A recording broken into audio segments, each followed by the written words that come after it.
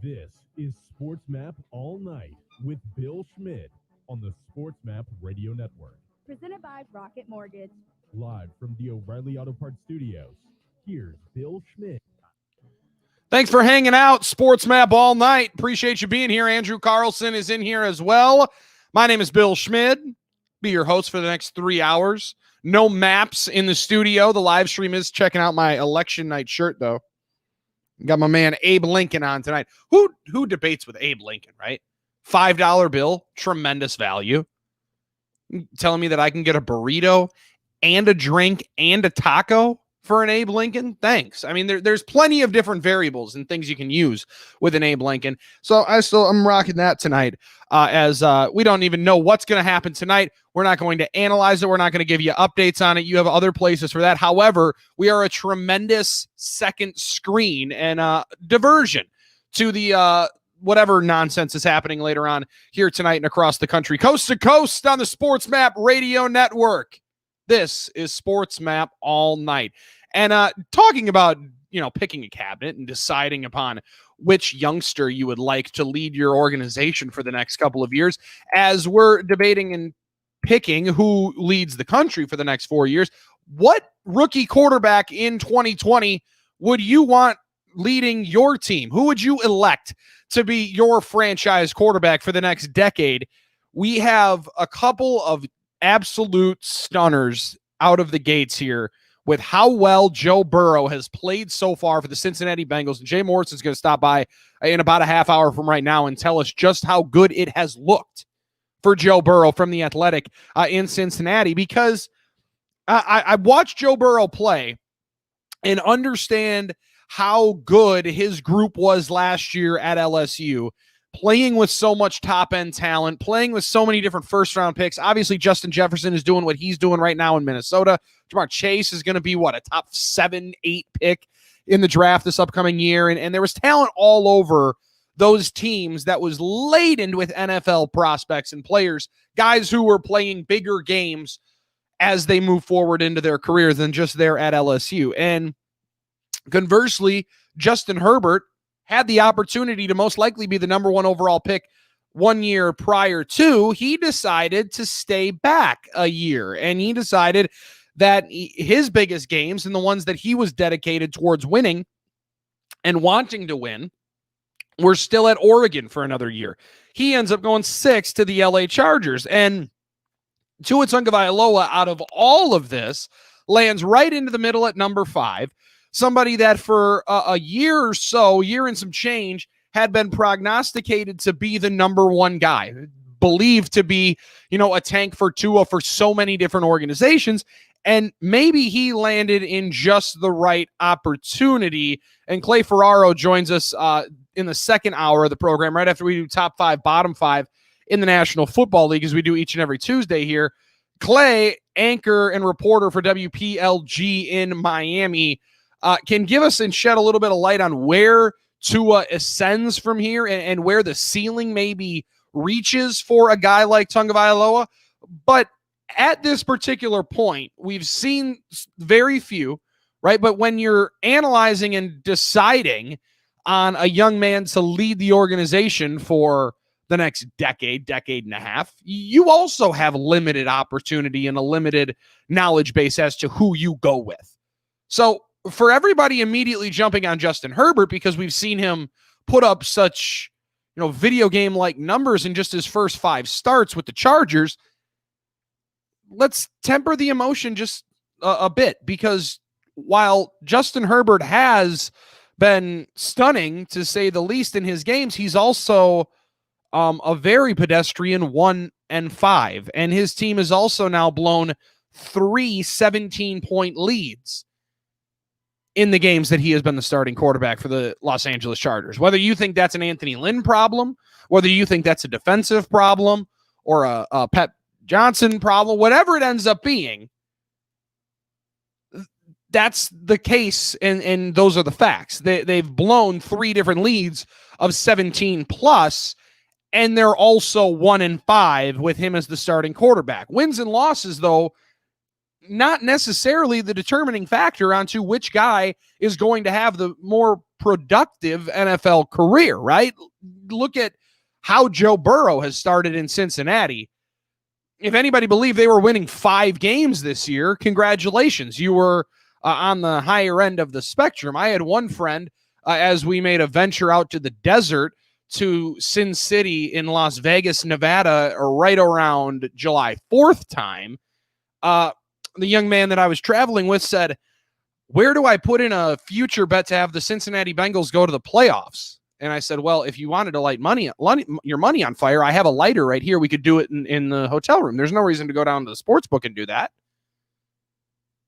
But there were a few that believed that the Cincinnati Bengals maybe were the team that had the best foundation around them to catapult to that next level, skipping a year, right? And now, after just one start and numbers that aren't going to wow anybody from how he played in game number 1 against the Los Angeles Rams, Tua Tagovailoa may have the best team and be in the best situation to win.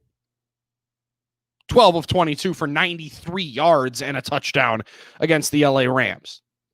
Right? So as we analyze and decide here, and you elect the quarterback that you would want to lead your organization for the next decade and a half, don't just look at the headline and draft position and what they did in years prior to. Where they have come in their first 8 games, in their first 8 weeks in the National Football League, in a very strange offseason, a year and a build-up to their rookie campaign that nobody can comprehend, nobody can equate theirs or put their situation in the same stratosphere as what Tua had to deal with to get into this position, right?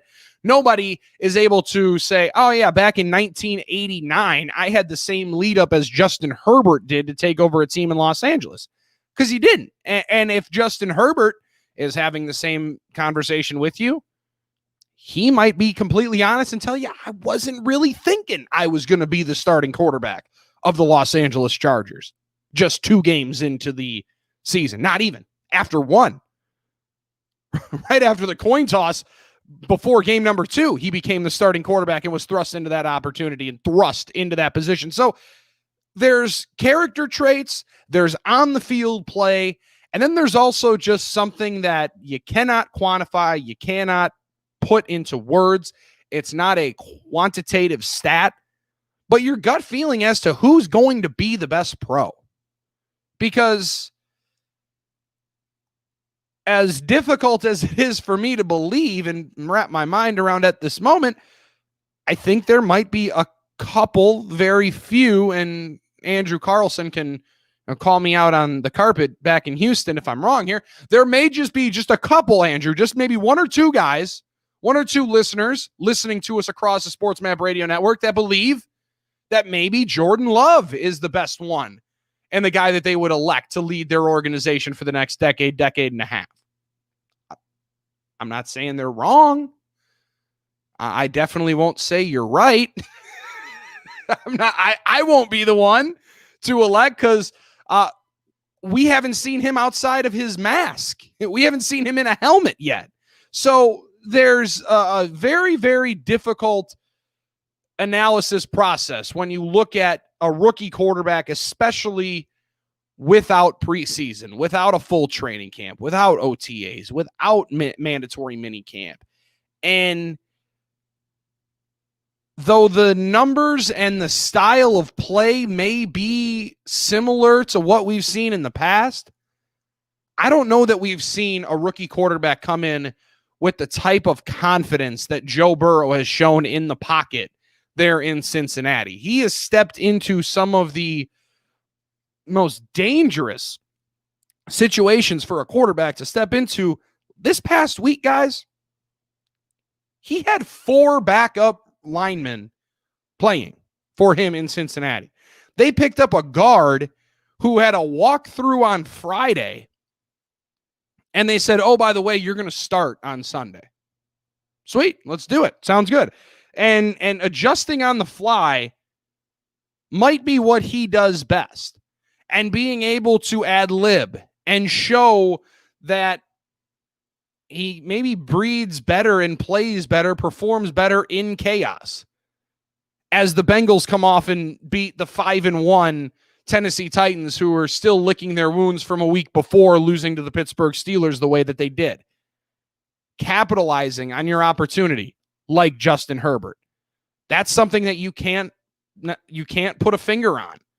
But when your time is called and your number is put up, this is his 5th game starting, right? This past week was his 6th game starting as the quarterback of the LA Chargers.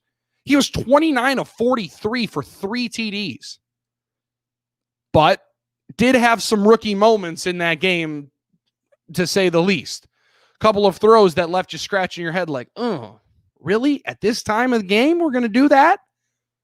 So bring it all into the equation. They're all on the ballot for you. Here on Tuesday, November 3rd on SportsMap Radio and SportsMap All Night.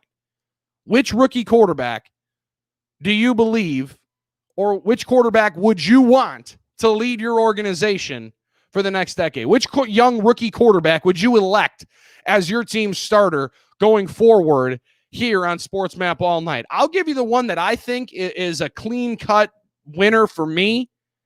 And same deal. This is a personal opinion, guys. There's going to be different things that you factor in more importantly than others. Andrew Carlson will have his as well, and you can too at 1-800-224-2004. You can also hit us up in the comments as well. The live stream is up at Bill Schmid Radio. You can tweet the program. Always, I'm at Bill Schmid Radio. He's at Carlson Radio, and at Sports Map Radio is how you follow the show on social media. We're back right after this on the Sports Map Radio Network. Sports Map All Night.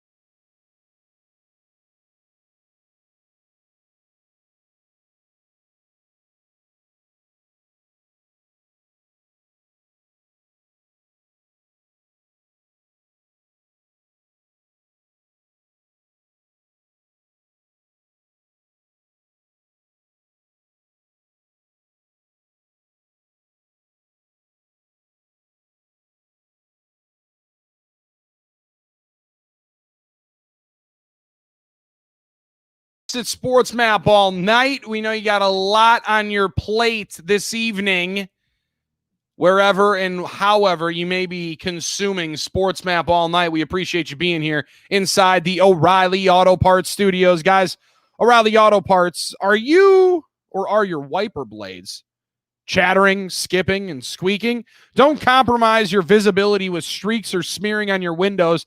When it's time to replace your wiper blades, stop at O'Reilly Auto Parts and see their selection. The professional parts people will help you find the right wiper blades for your vehicle. And this is my favorite part. O'Reilly Auto Parts will install your wiper blades free of charge. Andrew, I don't know what kind of savant you are when it comes to the car game, but I am car illiterate. So when I walked into O'Reilly Auto Parts, I said, this is the kind of car I have. I don't know what blades I need, but I can't see through my windshield when it rains. And they said, oh, don't worry about it. Here you go. And then put them on. And I said, wait, am I supposed to like tip these guys for this? No, it was insane. I don't know if you're a car guy, frankly, as you and I are still learning each other here, as we're just closing in on 2 months doing the show. By the way, happy anniversary, that you start to take advantage of those opportunities more and more as we get older. Like if somebody's going to do something for me, I'm in. I appreciate it. Thank you very much. So, guys, O'Reilly Auto Parts, better prices every single day. 1-800-224-2004. We're inside the O'Reilly Auto Parts studios. As I just said, we're within 1 hour away from the top 5 and bottom 5 getting listed off here on Sports Map Radio. And in about 10 minutes or so, Jay Morrison, Bengals beat writer for The Athletic, is going to stop by and tell us just how good Joe Burrow is and how good Joe Burrow can be. If we redrafted the 2020 class today, which rookie quarterback would you want taking over your organization? Which rookie quarterback would you elect to be the face of your franchise moving forward? Andrew, I'm going to ask you in just 1 second for yours, but first, for me right out of the gates, I know I'm going to go chalk right here, and I'm going to sound like maybe the most basic one you could do.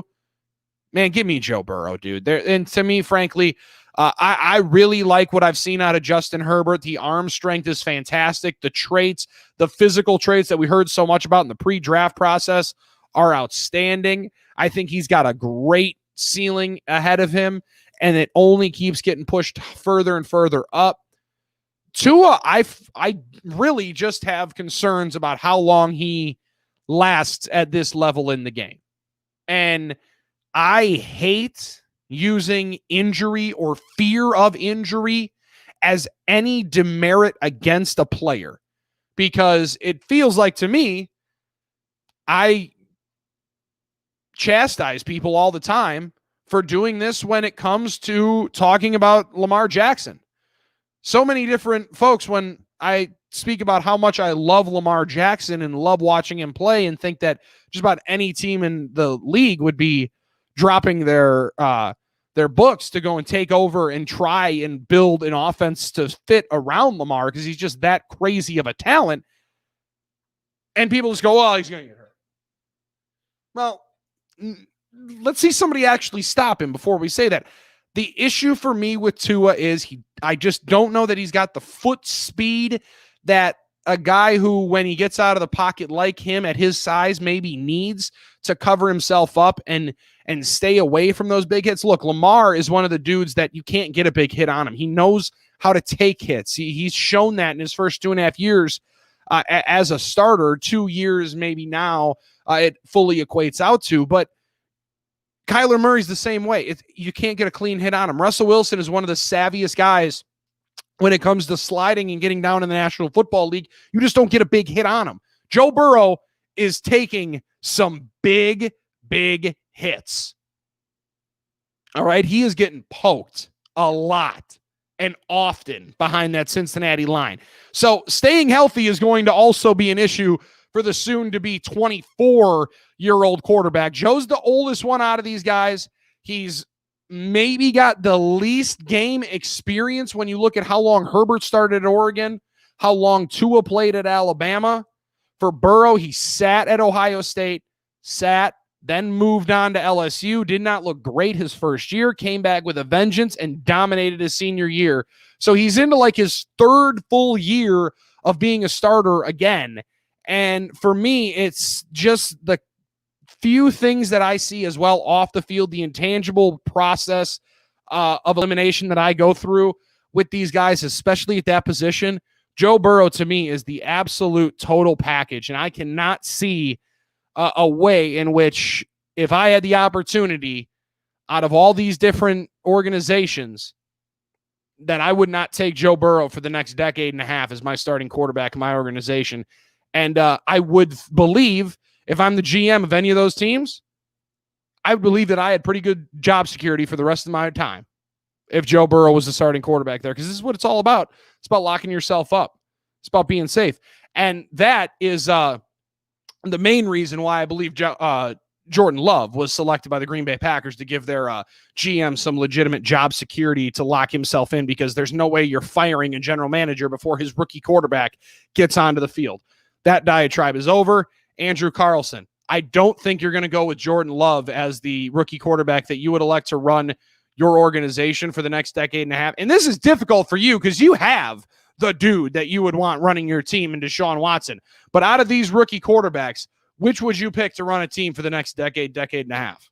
It's a little tough for me because if I was picking with my head, it would be Joe Burrow. It would be the chalk pick. But if I was picking with my heart, which is a little more fun to do, I think I'm going to go with Justin Herbert, because the physical stuff that Justin Herbert has shown in these first few weeks where he's been starting, I know that Joe Burrow is, when it comes to moxie and everything else that he brings to the quarterback position, he is unmatched by the rest of the guys in this class.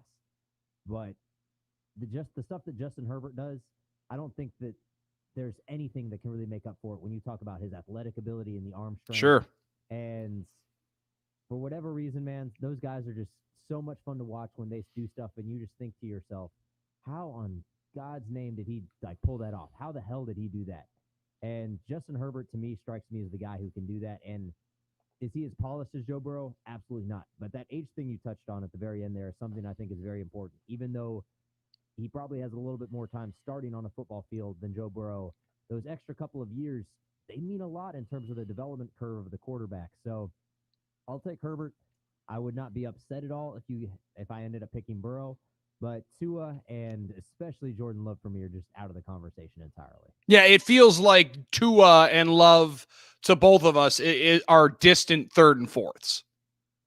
100%. Like I'm with you on the Burrow, or on the on the Herbert train of where those traits like go from here, where we've seen and how he can get taken to a different level.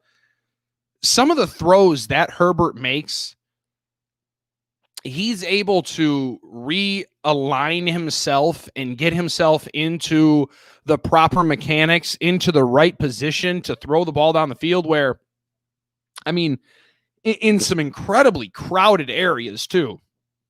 He's made some huge throws.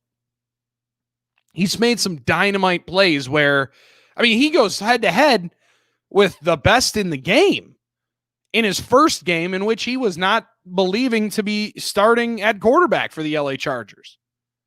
This is the intangible thing and the moxie that so many love about Joe Burrow. Check out Joe Burrow after the game this week when his team beats the Tennessee Titans, who came in 5-1.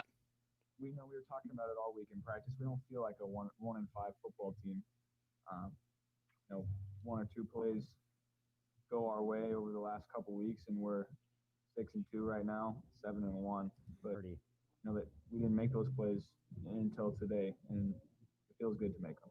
Okay. See, I love the confidence. Now, Joe, 6-1, 5-2. Man, I can't go with you on that. But hey, your team is a little bit more talented than what they've had.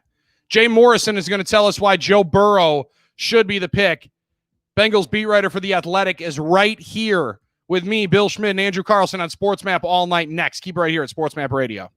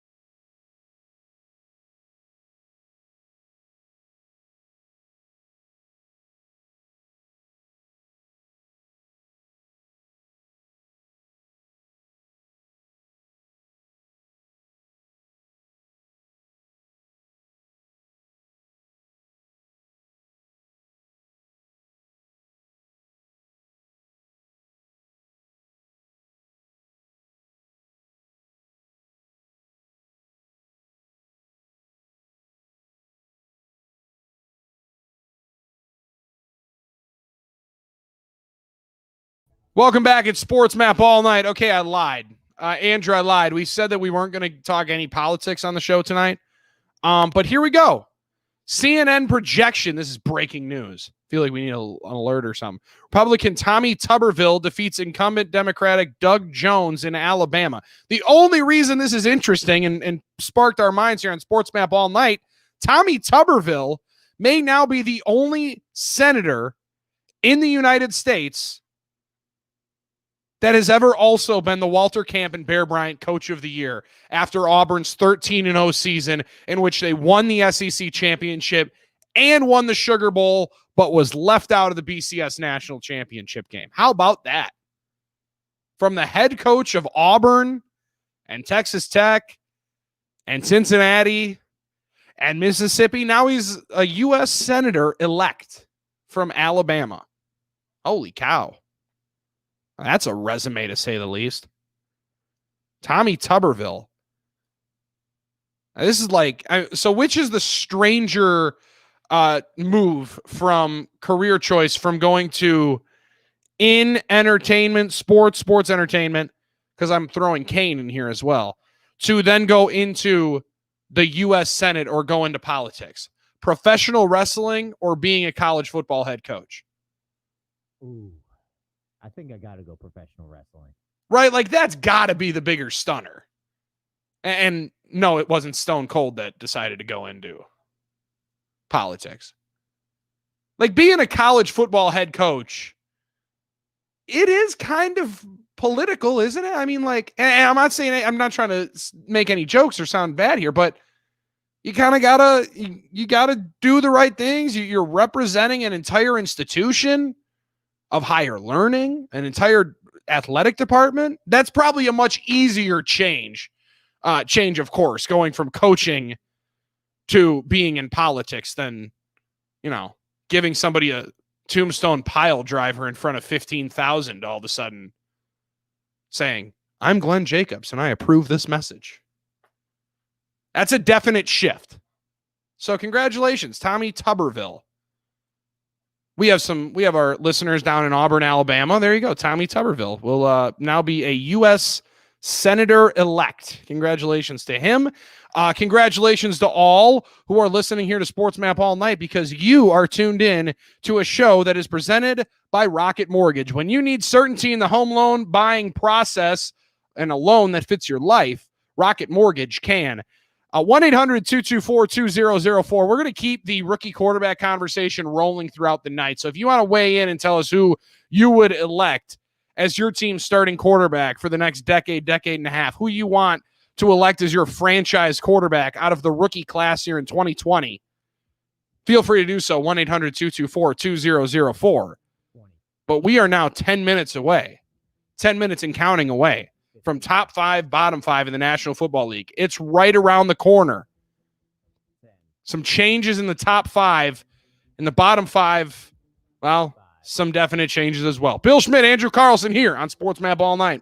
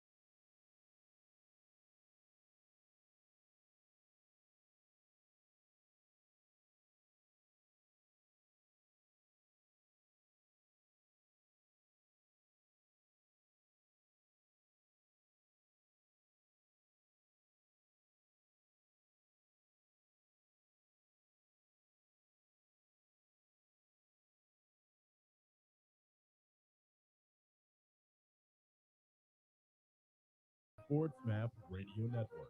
Presented by Rocket Mortgage. Home loans that fit your life. Rocket can. Live from the O'Reilly Auto Parts Studios, here's Bill Schmidt. Hour number 2 of Sports Map all night on your radio, on your YouTube, on your app, your Sports Map radio app, your desktop at streamsportsmap.com. We are all over the place here on Sports Map Radio. I'm Bill Schmidt. Thanks for hanging out. My guy Andrew Carlson alongside as well. Top 5, bottom 5 of the National Football League is right around the corner as we will give you the people and the teams that we believe are the best and worst in the National Football League. Spoiler alert, Andrew, I know that we're not supposed to give away any keys here to the kingdom and keys to the palace here, but I got a strong premonition that you and I are both going to agree on the 32nd ranked team in the National Football League. Yeah, something tells me that it's going to be the same team that it's been since week 1. I don't know what it is, Right? But it might have something to do with the fact they have not won a single football game yet. And it also might have something to do with the fact that their general manager just came out and endorsed Adam Gase again. Oh, whoops. I think I let the cat out of the bag. Joe Douglas comes out here earlier today and says that Adam Gase is, quote, part of the solution. Ugh. I mean, I'm all for, not reading into what general managers necessarily say all the time. But hey, Joe, how about you read the room, buddy? Is that not one of those where it's, hey, Joe, why don't you let's take a hot second to think that over again. We'll reassess in a couple of months. We're not going to take anything you say as gospel right now. We're not going to hold you to anything firmly, but why don't we not say dumb stuff like that in the media? Ownership there in New York has to just be like, just go out and say anything to quiet these people down. Go and say anything you have to. And hey, it's working. Joe Douglas took the brunt of it today. Adam Gase, part of the solution for the New York Jets instead of the problem. I can't think it's Sam Darnold the problem. 20. It didn't seem like Le'Veon Bell was necessarily the problem. The only common denominator there is the dude with the headset calling the plays. But I don't know. I'm not a GM. Top 5, bottom 5, straight ahead. Clay Ferraro talks Dolphins with us at the bottom of the hour. Sports Map all night.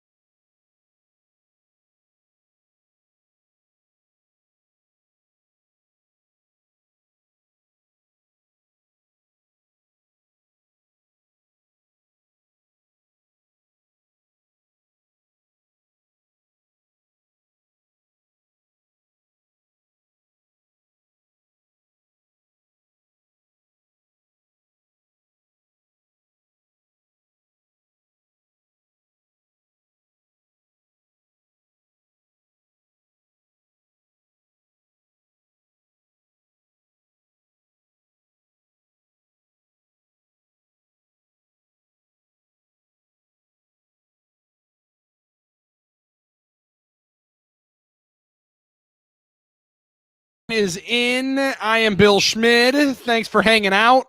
You can let us know where you stand on the quarterbacking of the rookie class. Which one would you elect as your starter? 1-800-224-2004. But now, it is finally time. It's this time each and every Tuesday. The top 5 and bottom 5 in the National Football League. Week number 8 is long gone, folks. We're already looking forward to week number 9. Number nine. We may not even see Thursday Night Football, which would be just an absolute disaster. Because, Andrew, you and I were in here that Thursday night when we didn't have football on. And you and I were just like, wait, it is Thursday, but there's no NFL. It was really confusing and really strange to maneuver through. So hopefully there's no more positive cases again within the Green Bay Packers organization tomorrow, as well as Thursday, and they're able to get this game going off without a glitch. It's also, sadly for me, as a man who's loved and beloved the Green Bay Packers for quite some time. Andrew, they did not make my top 5 list this week. I have them right now sitting at number 9 in the NFL, dropping way down after their performance against the Vikings. However, I still believe that they can be back into this top 5 sooner rather than later. All right, let's get to it. Top 5 in the NFL. For me, I'll start out with number 5. And for me, it's a team that took a really, really tough loss this weekend. And in a game in which you turn the football over and your reigning, defending MVP quarterback turns the football over 4 times, you're not going to win many of those games. However, I don't think it's a coincidence that the Baltimore Ravens had 2 different opportunities within the last 2 minutes of the game to be inside the 20-yard line and have a chance to win that football game and score a touchdown to go up on top of the Pittsburgh Steelers in that game in a rainy, sloppy M&T Bank Baltimore Sunday. It was a dirty way to play. It was a dirty time. It was a nasty game, just kind of a weird game to witness. However, Baltimore does have now a little bit of a trend going against really good teams. They have not played their best. You date back to last year in a game that was so hyped when San Francisco went to Baltimore last year. And same deal, a really weird condition day, rainy, sloppy. It was mucky. It was a mess. And Baltimore snuck out a win. You go into the playoffs against Tennessee. Just this past year on Monday Night Football in a game that was so hyped between Kansas City and Baltimore, and Lamar doesn't even throw for 100 yards. So I still know how good the Baltimore Ravens are, and the addition of Yannick Ngakoue is only going to make that defense better. Now, Marlon Humphrey, Patrick Queen, and Matthew Judon going on the reserve COVID list is going to hurt Baltimore here for the next week or so. However, in the long haul, I still think they're the second best team in the AFC. I do. And I still think that they're going to be a factor, if not playing in the AFC Championship game. They will be at least in the divisional round and playing a major role into who ultimately plays and represents the AFC in the Super Bowl. All right, number 4 team in the NFL for me, Russell Wilson and the Seattle Seahawks are just so good right now, dude, and their offense is dynamite. However, their defense is just still so suspect to me. Shaquille Griffin on the outside, if they don't have Griffin on the outside, at least covering down one side of the field, their pass defense is just wide open. It's open season. It's bow hunting. It's gun hunting. It's anything you want. Go take what you have. Take whatever you want. It's like Oprah's favorite thing sometimes when you're watching that defense play, especially late in the game. Bobby Wagner, KJ Wright, beautiful. They played tremendously this past week against San Francisco and set the tone early, allowed Frisco back into the game, however. And I still have so many questions as to if that pass rush, if you can win with that pass rush. Can you win a Super Bowl with that pass rush? I still don't know. And that's why I have them slotted just below the team that I believe right now today is the best team in the NFC. And it is as strange for me to utter the phrase as ever. I truly believed that this goal, this dream, this founding and grouping of former superstars was simply just a pipe dream. But the Tampa Bay Buccaneers are my third-ranked team in the National Football League right now because, man, their defense is as advertised. They did not play their best game last night. They did not play nearly their best game last night. They played a C minus style game last night and got a hard-fought win on the road against an improving Giants team who had everything to everything to gain and nothing to lose last night. That was a game in which if Tampa didn't win by 20, people were going to say, what's wrong with the Buccaneers? However, they fought back. They were down 11. They were down double digits. And they found a way to win, man. That's a testament of a really, really good football team on the road, Monday Night Football. And when you're Tampa right now, and you're one of the best teams in the league, you're always going to get everybody's best shot. That's what they got last night in New York against the Giants, and they survived. And that's a huge test to being one of the best teams in the league. Their defense is next level right now. Those inside linebackers, White and David, are superb. And Antoine Winfield Jr., oh, by the way, they probably have the rookie of the year defensively in their secondary as well. Number 2, I got to give the Devil its credit when it's due. And, man, I've been doubting the Pittsburgh Steelers all year, and they did it again. They went in and beat Baltimore on the road, showed me what I was missing. Their defense, their pass rush is so good. You almost forget that they have Joe Hayden on the outside along with Minkah Fitzpatrick in the back end there. They can put pressure on you with that entire front seven. Looks like they're filling in for the Devin Bush injury better than I would have thought they did. Pittsburgh's my number 2 team in the league, and I got to give them their credit right now because they are clicking on all cylinders. They might be the best 60-minute football team in the league because they close as well as anybody. And the number 1 team in the NFL for me, it's really not even close. It is the Kansas City Chiefs. They are an absolute freight train right now. They trade away DeAndre Washington today, only open up more opportunities to have Clyde and Le'Veon Bell on the field together and not feel bad about it. Their offense is just so lethal. Their defense is getting better. And Patrick Mahomes, like in a pedestrian fashion, dropped 420 passing yards and 5 TDs this week. Like they could have ran the ball and ran all over the Jets. They're like, you know what? Why don't we let Pat just have some fun? And he was just hanging out with his boys in the backyard, dropping 5 tutties. Like you're not supposed to be able to do that on an NFL defense. And they just did it and made it look easy. So Kansas City, by far right now, the number 1 team for me in the National Football League. Andrew Carlson, we go to you, sir. Top 5 in the NFL. Got the same 5 teams. Slight difference in the order. There we go. Much. That's So show number 5, planning. I've got the Baltimore Ravens.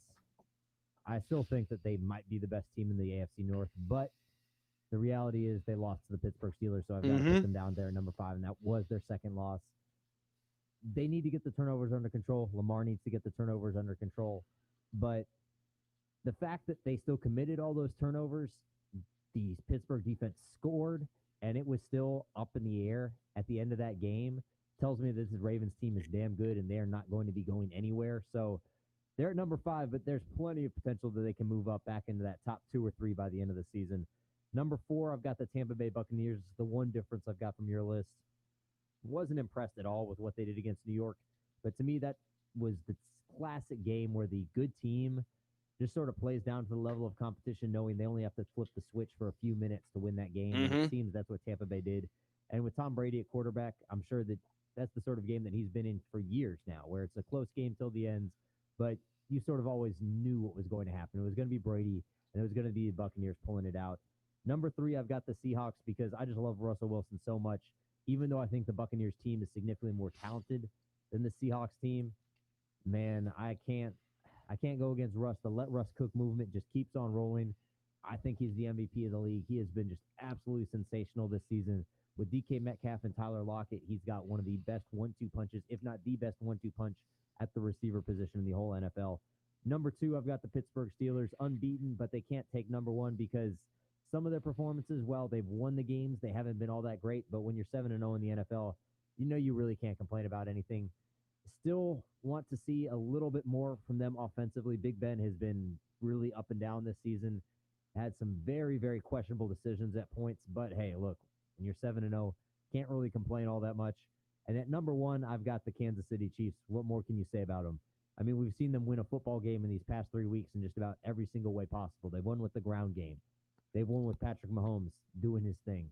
They've won with defense and special teams just absolutely dominating the field in Denver. So I think they're the most complete football team in the league. I think they're the best team in the league, and it's not really all that close, but we'll see what happens. You're right. They do seem like by far the most complete team in the league. And just going back to what we saw last year with them, I'm surprised we're even admitting that or saying that, but they are, Andrew, right now, they can beat you on both sides of the ball pretty decisively.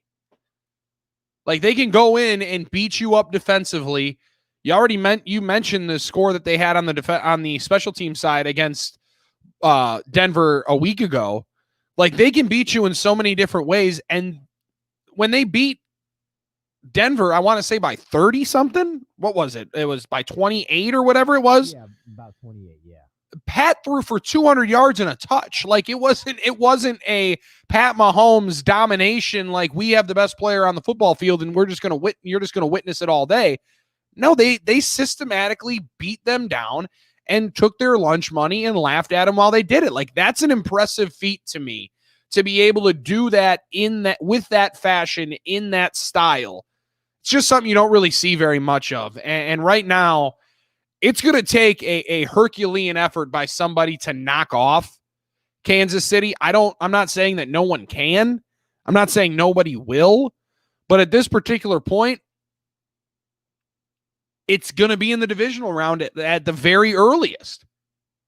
And we don't even know what the divisional round looks like right now because allegedly the NFL is contemplating switching up the postseason roster again, and the structure will be will change up again with, if indeed a game is canceled, not postponed, and is unable to be made up, that they're going to add another 2 teams to the playoffs and completely eliminate the bye.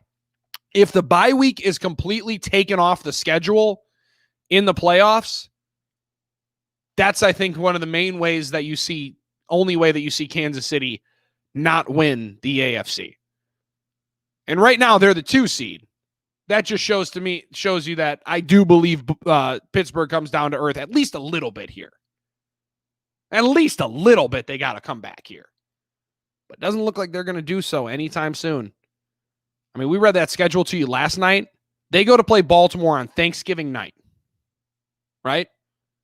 They play Dallas. They play Jacksonville, all before they go and play Baltimore again.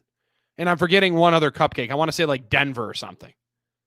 They get 3 cupcake games, then waltz in at most likely 10-0. Oh, sorry. It's Dallas, Cincinnati, and Jacksonville. And then they stroll in and get the Baltimore Ravens on Thanksgiving night. That to me seems like a layup. And if they win that game, they're up 4 games essentially on Baltimore. It's going to be a tough hill to climb. All right, bottom 5 is next. We're going to talk some Miami Dolphins and see if Tua should be getting more love on what rookie quarterback you would elect. Coming up in about 14 minutes with Clay Ferrero, sports anchor and reporter from WPLG in Miami. Keep it right here at Sports Map All Night.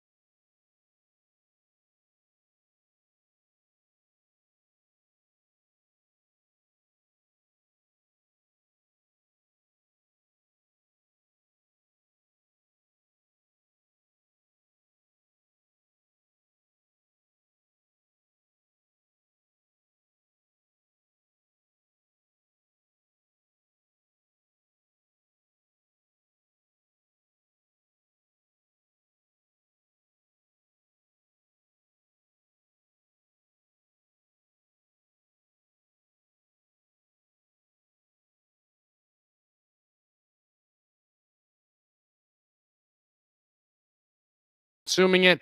We appreciate you giving us a listen, giving us a shout. Also at 1-800-224-2004. I'm Bill Schmid. My guy Andrew Carlson is here as well inside the O'Reilly Auto Parts Studios.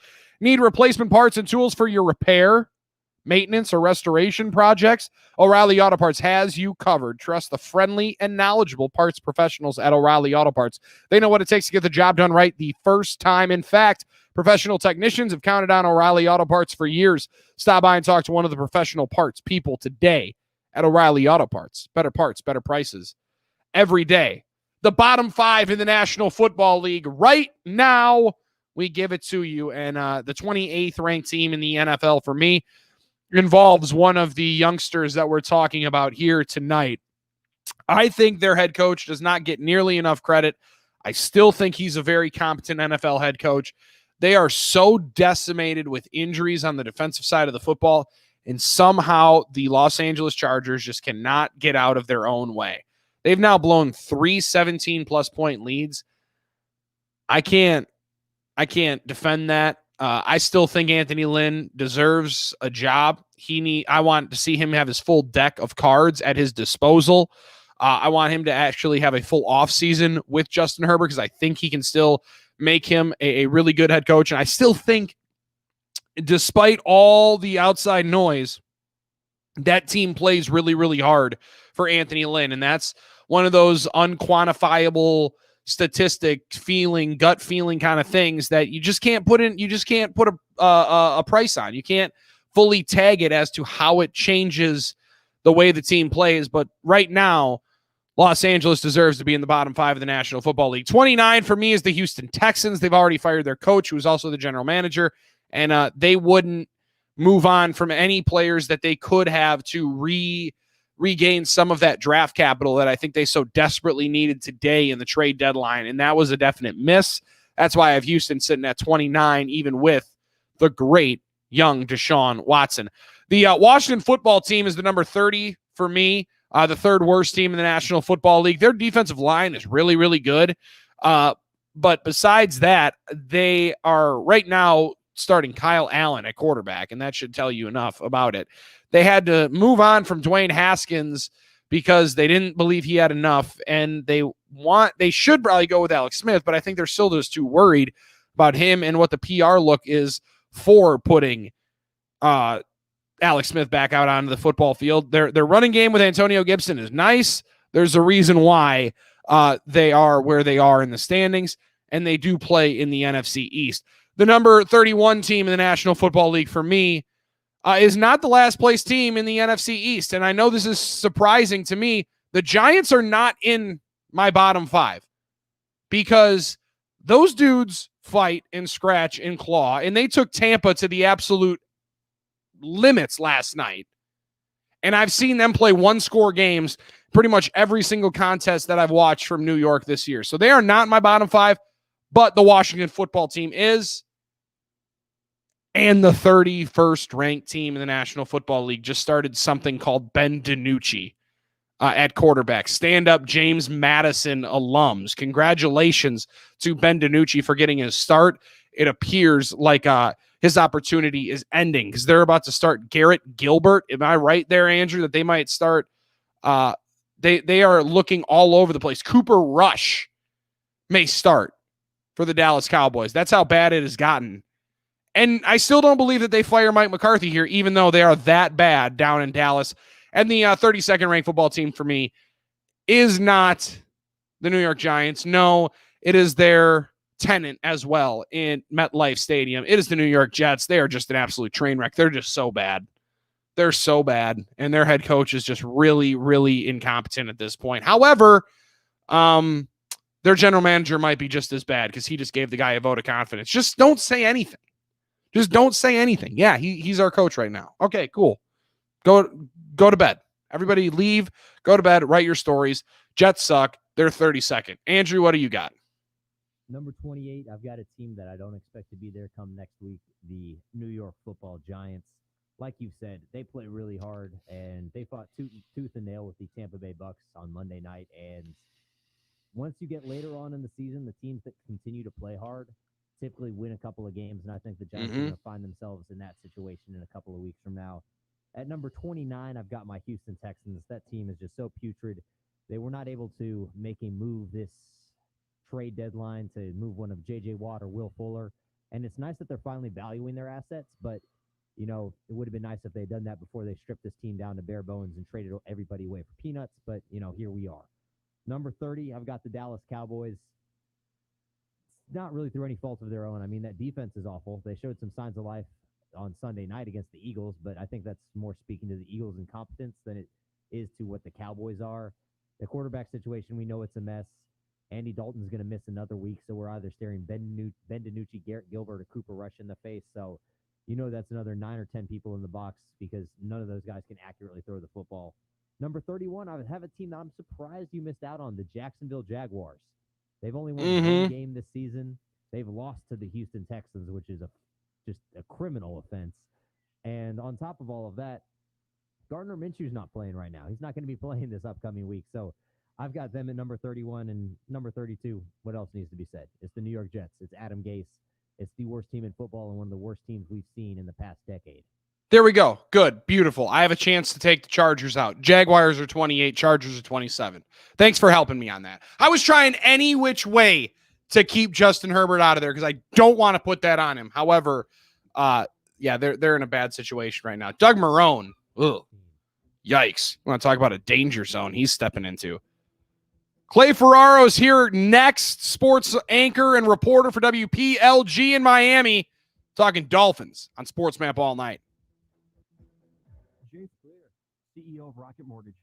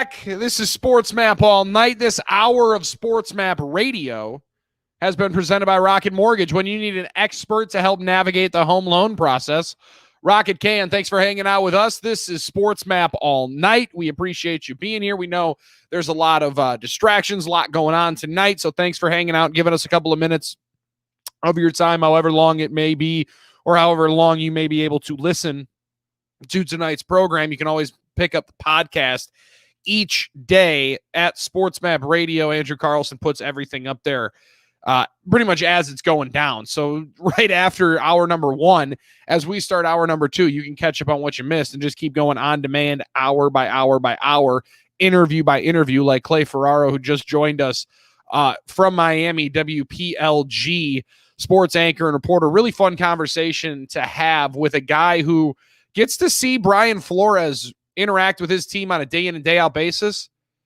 He is one of the almost enigmas of coaching right now in the NFL. You don't hear a ton about him, but when you do, it's positive. And it's clear that he's got that team trending straight in the right direction. We're in the right directions. All systems go into the third hour. Sports Map All Night. Keep it right here. This is the Sports Map Radio Network.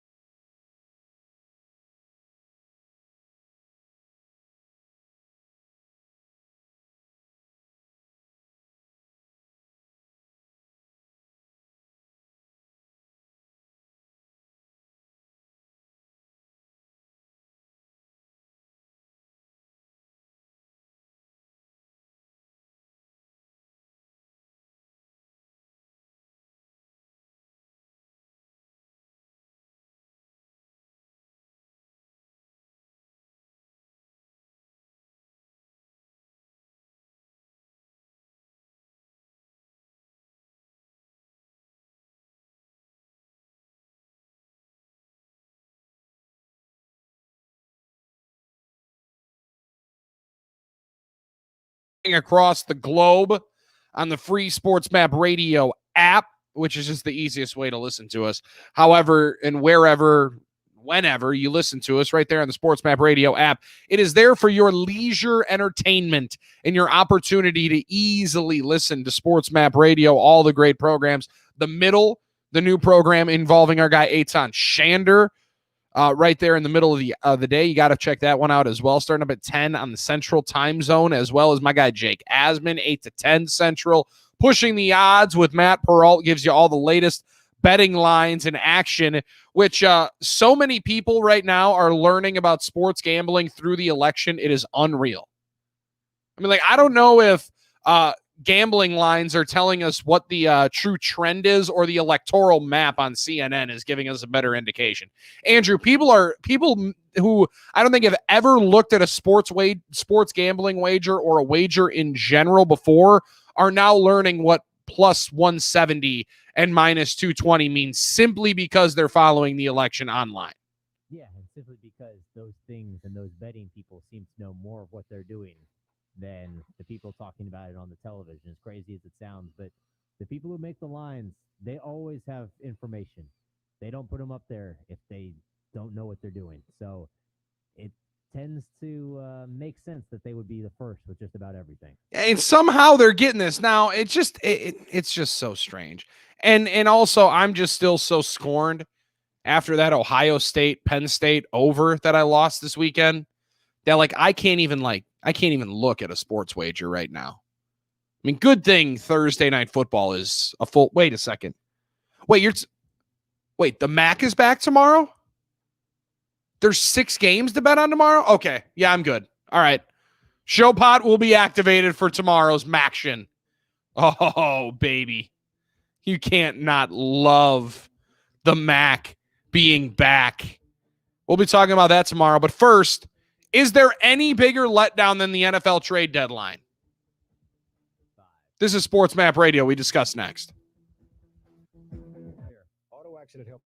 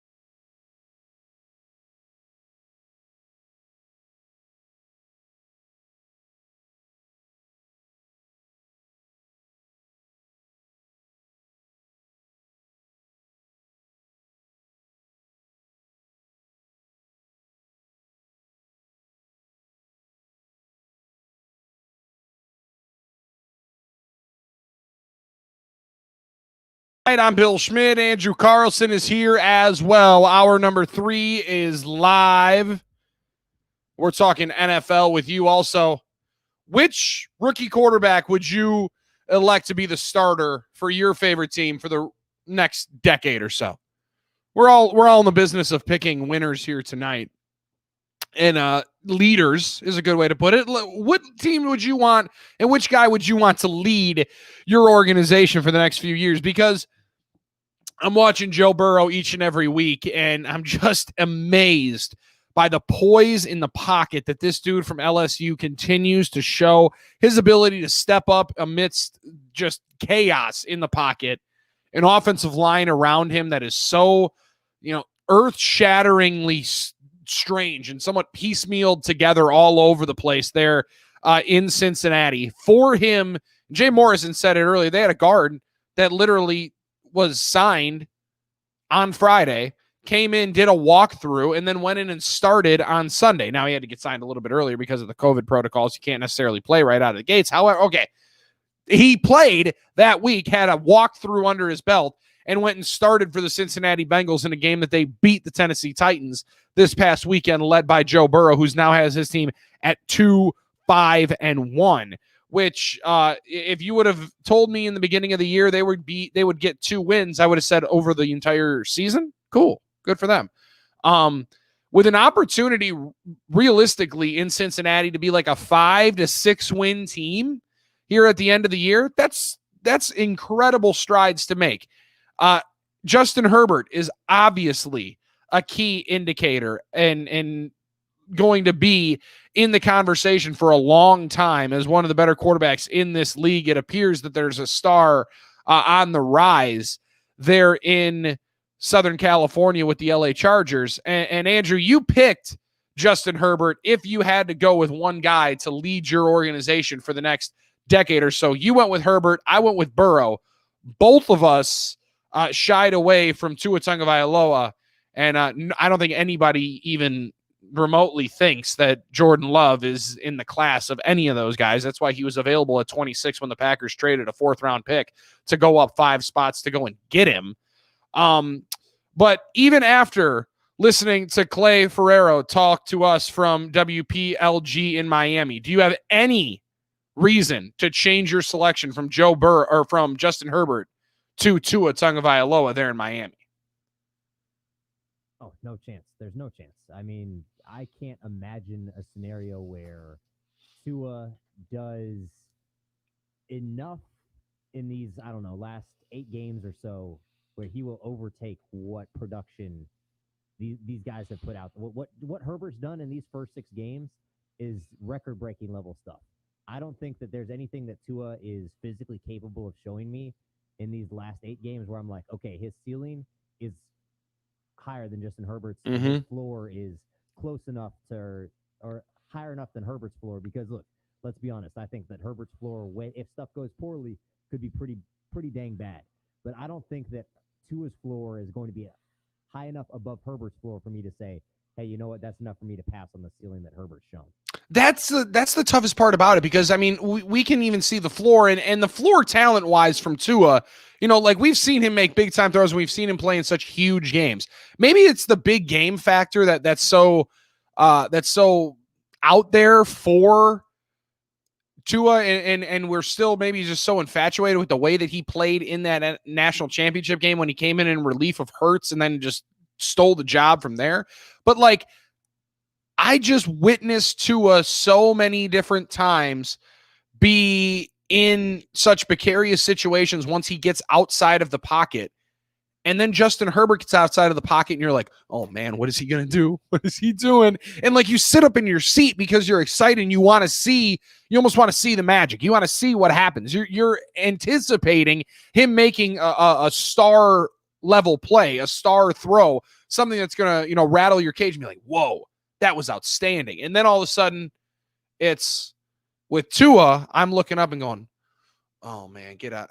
Don't get out of the pocket. Don't get out of the pocket. Don't get out of the pocket, because you're more worried about him opening himself up in those positions. And that's the one part of Tua's game that I'm so fearful that you see him outside of the pocket and his athleticism just doesn't match the game itself that of where it needs to be. But then Clay comes in here. He's like, he's real twitchy and his feet are so quick and elusive in the way of getting up near the pocket.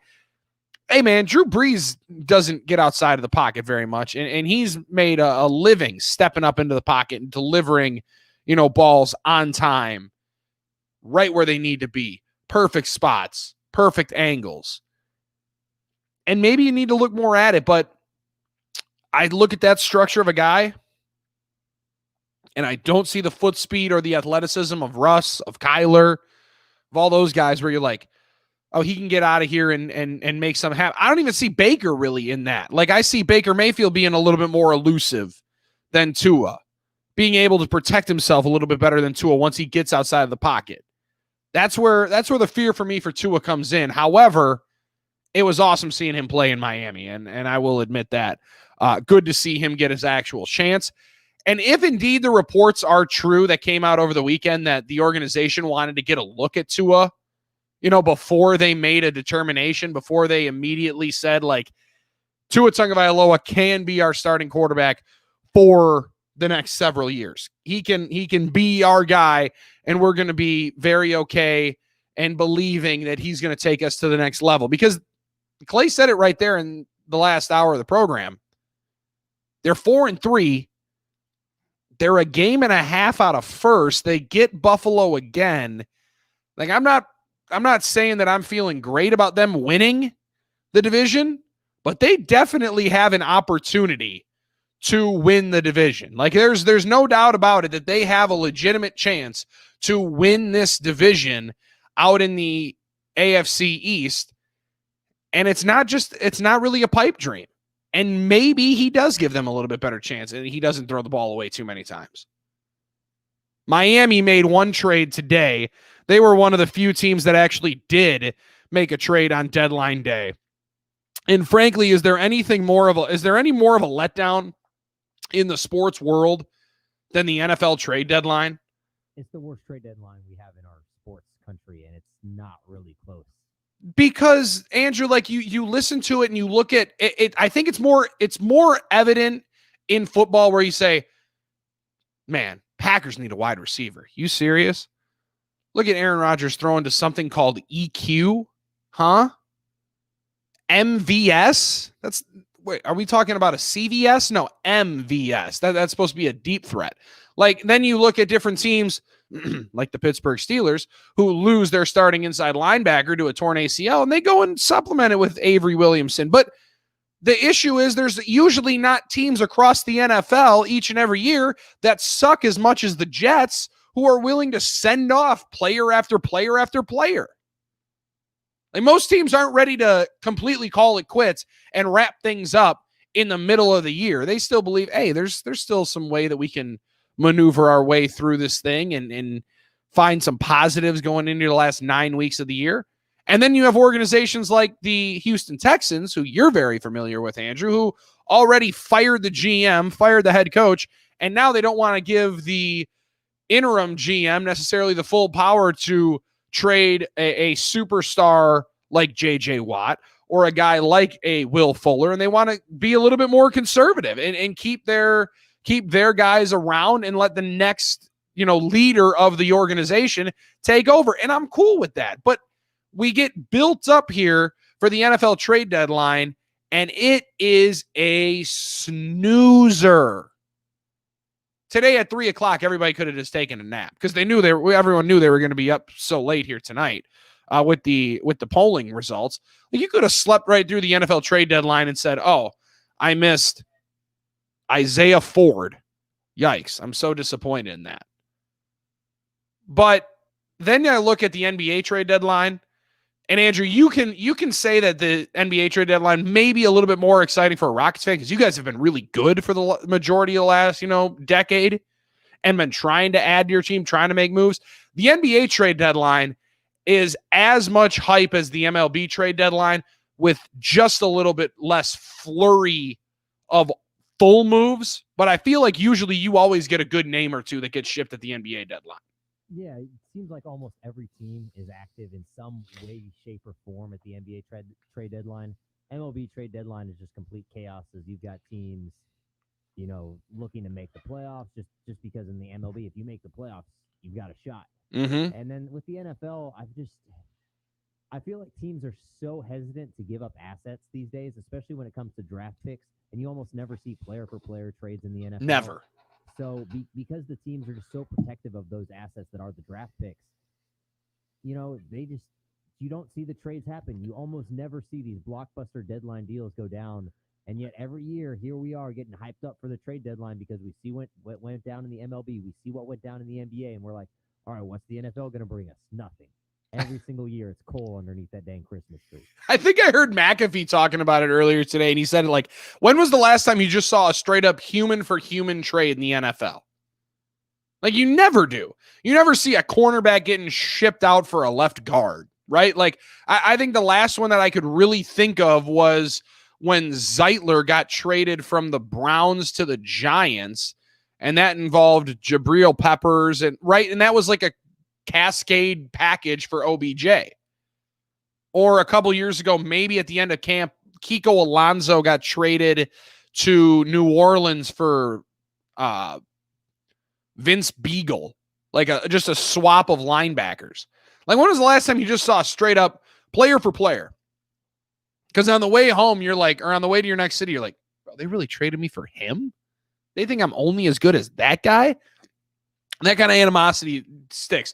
But I also, the infatuation I have with the NBA trade deadline, Andrew, is usually never can you get in any of the other sports, the contract of blank has been traded to the Boston Celtics for a pick, for a conditional pick. This was my favorite when I was working for the Bucks. It was the Bucks have acquired the contract of Kwame Brown. We're all sitting here like, oh man, Kwame Brown, former number 1 overall pick, sweet. No. Kwame's not going to actually play for the Bucks. No, we're just paying his contract for the next year. You're like, wait, huh? How do you get stuck with that deal? Talk about getting put at the kids' table. Also, though, in the MLB trade deadline is so good because you have a myriad of assets that you can deal. Right? Like, you can pick out prospect for prospect, and then you get the people that even after you get a good player, you get the star player, people will still complain because we gave up too much. We gave up too many guys that nobody else knows their name. Gave up too many guys that were going to contribute to the 2023 championship season. Oh, well, that's neither here nor there. Talking about Major League Baseball, some awards were given out tonight in some definite vitriol when brought up for the Gold Glove winners. One guy already retired, locked up some hardware. We'll give you those next, as well as some other good stuff that we got lined up here for the rest of the night. Also, one of the most disappointing maneuvers or lack thereof of the trade deadline we'll get into about 40 past the hour with my Green Bay Packers. And I'm disappointed they didn't make a move. However, there's a good reason they did not. And I got to run it by the Houston Texan guy, Andrew Carlson, right here in the O'Reilly Auto Parts Studios. We're back after this. Gold Glove winners in the MLB. And I'll complain about the Packers deciding to waste more of Aaron Rodgers' prime next on Sports Map Radio.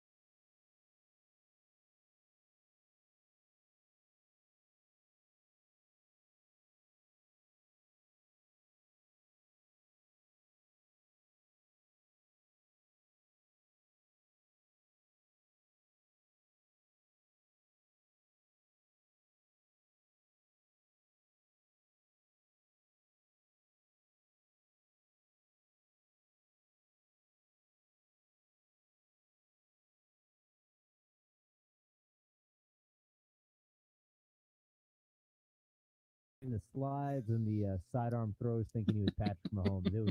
It was something else to witness. Yeah, it was something. That's for sure. And now they might start Cooper Rush. Your guy Gilbert might get an opportunity finally. What will you do if he starts a game? I would just laugh because Garrett Gilbert was not able to Texas, and we all know that their quarterbacks really haven't been the best over the past decade or so. Sam Ehlinger aside, it's not like they've had some long list of very successful college quarterbacks. Garrett Gilbert had to transfer out of there because he wasn't good enough. Garrett Gilbert already has 3 different uniforms, but he also has a Super Bowl championship to his name, apparently, as he lines up here on the Pro Football Reference page. So there you go. Dallas Cowboys could be starting a Garrett Gilbert or something called a Cooper Rush. Ben DiNucci it sounds like more the guy that's making your sub sandwich, if anything. But hey, whatever floats your boat. We're inside the O'Reilly Auto Parts studios. Need replacement parts and tools for your repair, maintenance, or restoration project? O'Reilly Auto Parts has you covered. Trust the friendly, knowledgeable parts professionals at O'Reilly Auto Parts. They know what it takes to get the job done right the first time. In fact, professional technicians have counted on O'Reilly Auto Parts for years. Stop by and talk to one of the professional parts people today at O'Reilly Auto Parts. Better parts, better prices every single day. So earlier on this evening, the Rawlings Gold Glove Award winners were announced, and Mookie Betts claimed his 5th consecutive Gold Glove after winning 4 with the Boston Red Sox. Wins 1 tonight, his first with the LA Dodgers. And if you watch the NLCS and you watch the World Series, was there anybody more deserving of one than Mookie Betts in the way that he just patrolled right field in that cavernous Globe Life Field right field? I mean, he was going all over the place. He robbed 2 or 3 different home runs in that series? I mean, he was a spark plug in right field all over the place. Add into a couple different ones. The right guy again in the National League at third base, Nolan Arenado, wins yet again another Gold Glove. Nolan Arenado is one of the best players in the game.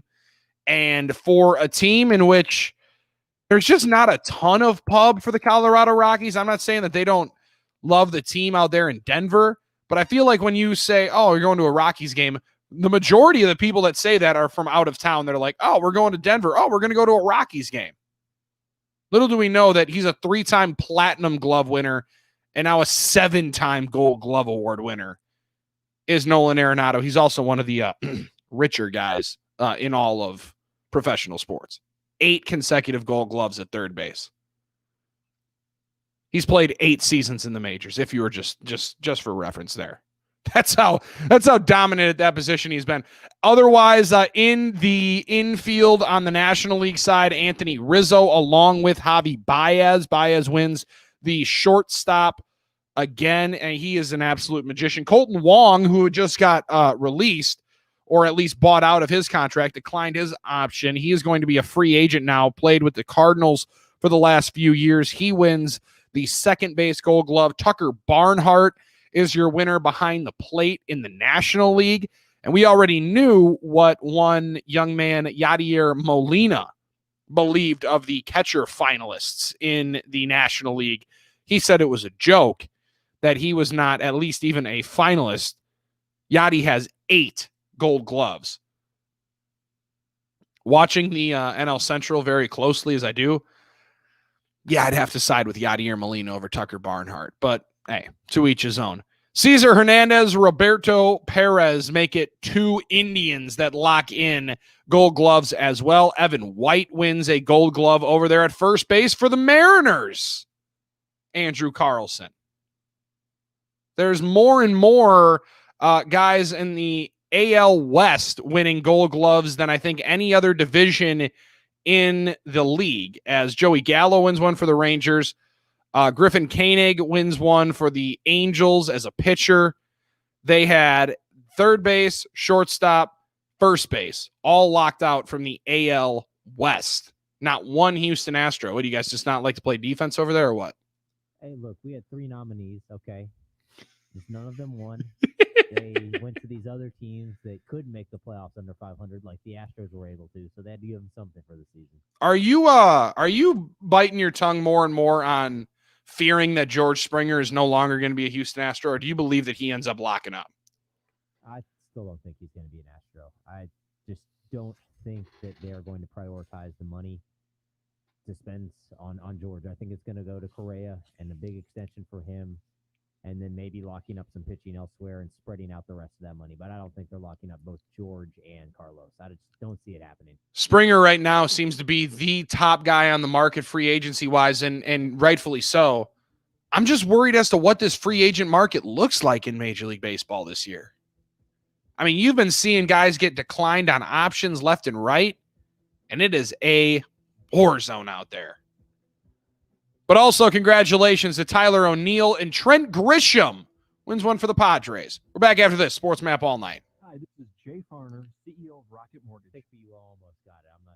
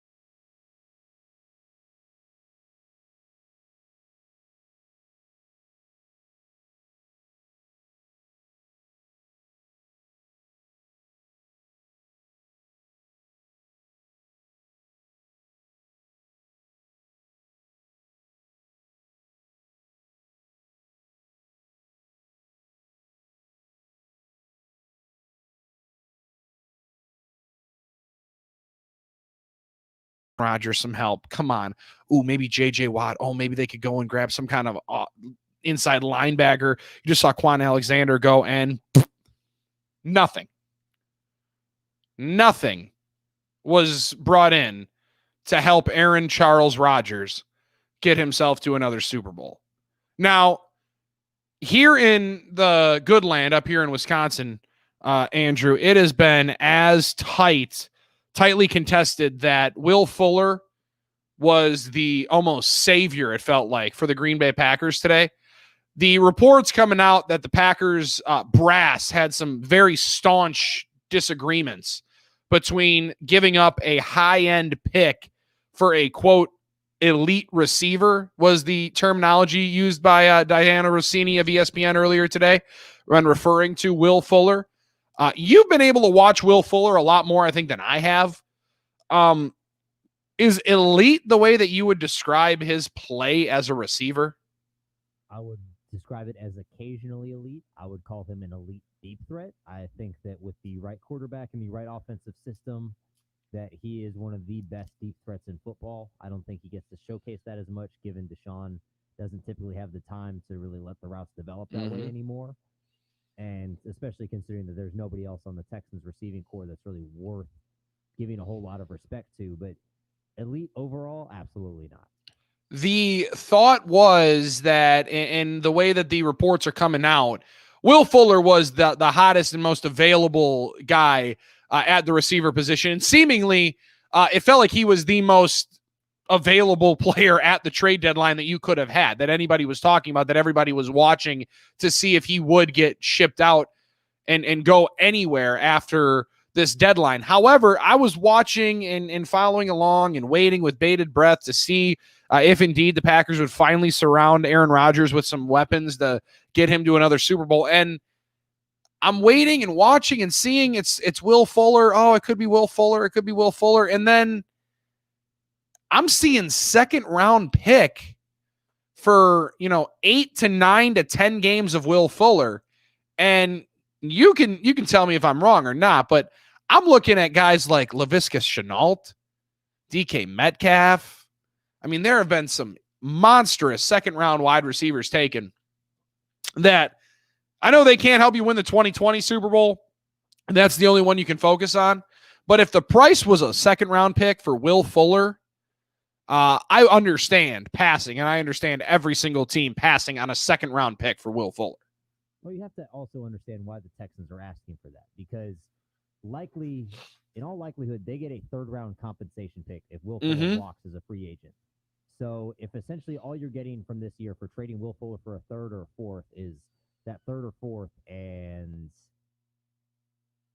$8 million cap savings or thereabouts, for the Texans, I don't really think that's worth it. And I understand that they gave DeAndre Hopkins away for legitimately a bag of trash, but I think that there was probably some reluctance from that Texans front office to say, hey, you know what?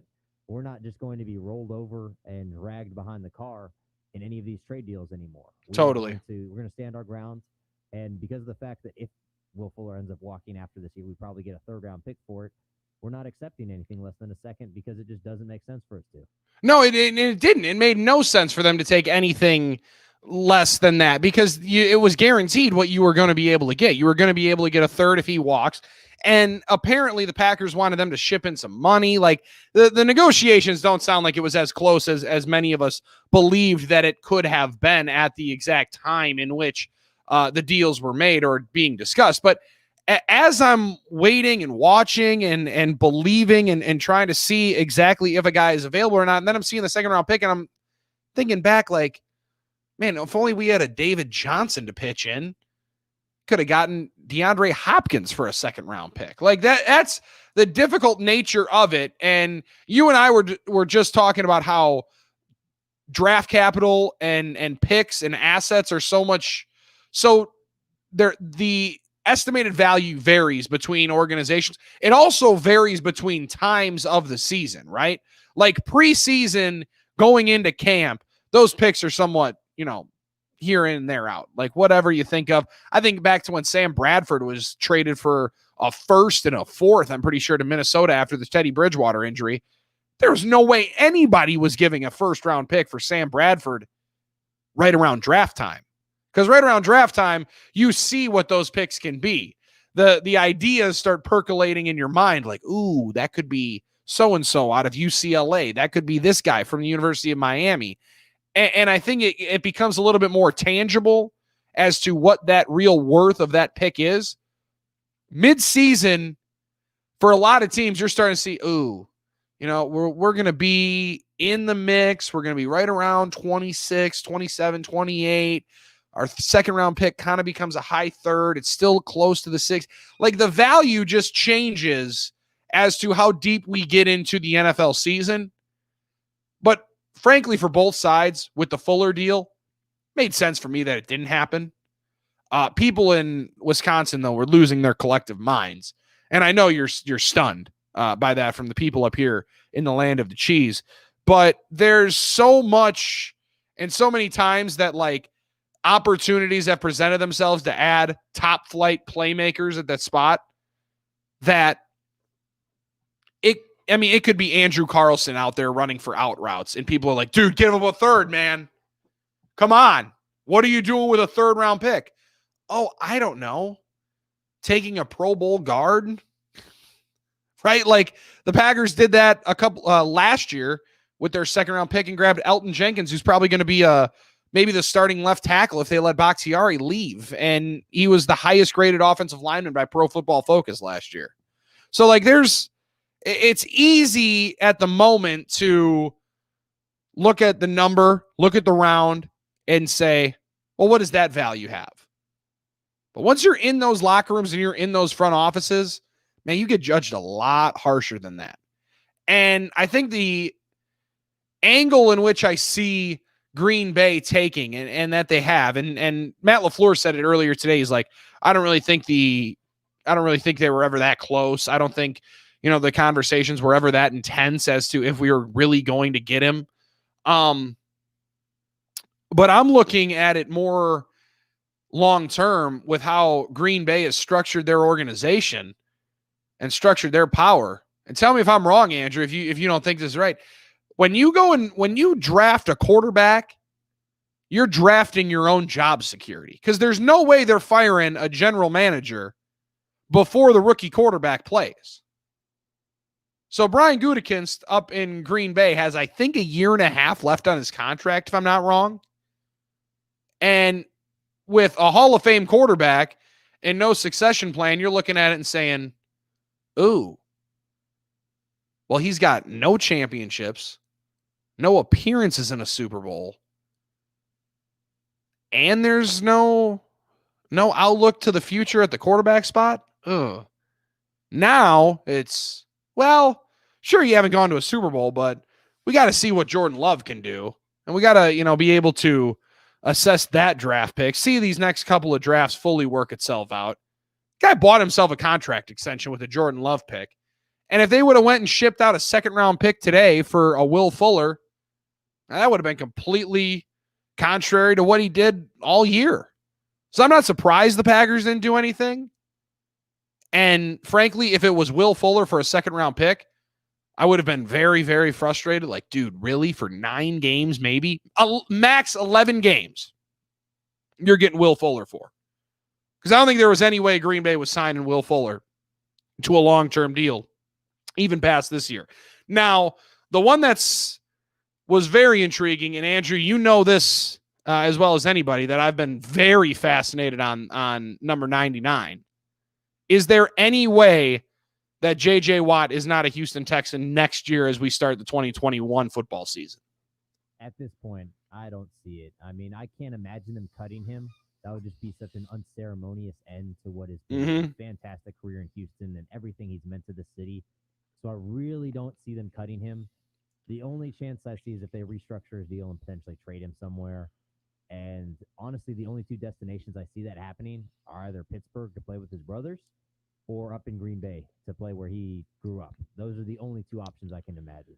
Well, let's hope that it's the latter because, man, their run defense could use some help. And, like, that's also the part of you analyze needs for NFL teams at this deadline that there's very few teams that are like one player away, right? Like in Major League Baseball, you could say they're a starting pitcher away from having their playoff rotation set, and they're going to be really, really hard to beat. Okay. Let's go grab a Mike Leake or, James Shields. In the NFL, you're like, well, their inside linebackers are kind of weak. They definitely could use some help, probably at corner. And there's only so many guys in the league that are playing. There's a reason why they're not going anywhere. Because they're hard to find, especially at big-time positions like that. Guys, and also what's hard to find is relief for your aching back, hip. I got just a brutal hip flexor that just still nags with me from back in the day when pre-practice they would have to come in and stretch me out, realign my hip just to get it through an hour and a half of football practice, then get it into a game, and wow, Sundays were brutal. And if only I would have known of Infinite CBD, or Infinite CBD would have been a thing for when I was strapping up shoulder pads, because discovering life-changing benefits that CBD has to offer, and CBD without THC, it's really life-changing, guys. And it's an opportunity for you to take care of some of the biggest issues and pains and aches that mess with you each and every day. A great line of products coming out from Infinite CBD and their freezing point cooling creams, which help me manage these aching muscles, and in particular my hip, each and every day, as well as their tasty yet relaxing vegan gummies, which definitely could have helped you out with the election. Infinite CBD's line of products have 0 THC and are non-intoxicating, which makes it ideal for people seeking the benefits of cannabinoids without the mind-altering effects of medical marijuana. CBD is non-toxic and can help you better manage your pain, discomfort, and stress levels as well. Stress levels, ladies and gentlemen. I know there's a lot of stress going on here tonight. Infinite CBD's hemp is organically grown in Colorado. All of their products are expertly formulated by master chemists to provide all the benefits without the worry. Their products are available in CBD isolate or with a broad spectrum CBD oil. There is something for everyone. Their products are even backed by a 30-day satisfaction guarantee, So giving it a try completely risk-free. And the way to do so is text BILL to 511-511. Save 20% off your order. Plus orders of $20 receive a free 1,000 milligram strawberry banana tincture. Guys, a $53 value. And also free shipping on orders over $100. Text BILL to 511-511 or go to infinitecbd.com. Use the promo code BILL to start improving your quality of life today with Infinite CBD. Wrap things up next, tie a bow on it, and send you off, to, more coverage. No, hand it off to Gabe Morency and get some lines in next year on Sports Map Radio. We are joined by legendary Hall of Fame quarterback, 4-time Super Bowl champion, the best quarterback. So